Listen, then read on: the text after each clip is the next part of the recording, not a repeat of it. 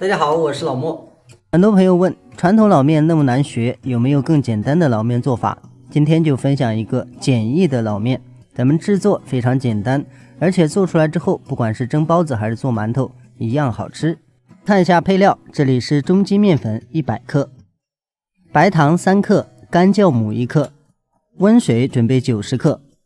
麵之前要提醒一下大家，咱們這個麵呢可以不放糖，只放酵母也是可以的。放糖的結果大家也清楚，主要是為酵母提供養分，讓它活躍度更高。然後咱們和面，大家需要注意，咱們每一次加水一定要少加多次，因為咱們這塊面需要很軟，如果咱們一次性把水倒進去，裡面很容易出現夾塊，所以咱們最好是分次加入，不然咱們攪的時間太長。咱們這樣分次加水倒進去的效果，就是它裡面不會存在那種乾的面粉塊，這樣呢，咱們做出來的老面發酵出來的狀況才會比較好。所以咱們在制作的時候一定要記住分次加水，先把它攪得稠一點，然後再加水把它攪得稀一點才可以。水加完之後還要繼續攪拌3到4分鐘。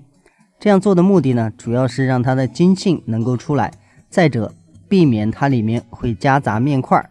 一定要攪得順滑一點，讓它更匀，這樣咱們做出來的整體效果才能發酵一致。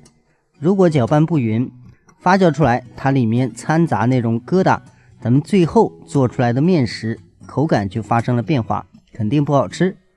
攪匀之後的狀態就像畫面中這樣，看不到明顯的塊，特別匀，然後咱們就可以來發面了。發面的時候記得給它封嚴，不要讓它有漏气的地方，一旦表皮風乾，咱們做出來會有影響。發酵的時候要注意環境溫度在30度左右，發酵8小時。假如咱們着急用，咱們可以放到溫水裡面，它的時間會縮短一半。發好之後的狀況就像畫面中這樣，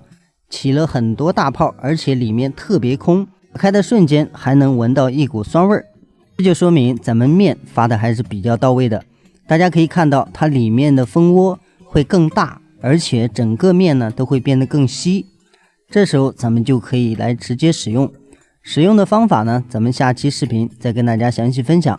咱们在做這款老面的時候，主要注意酵母量不要太多，然後水量偏多一點，和得稍微稀一點，更有利於發酵。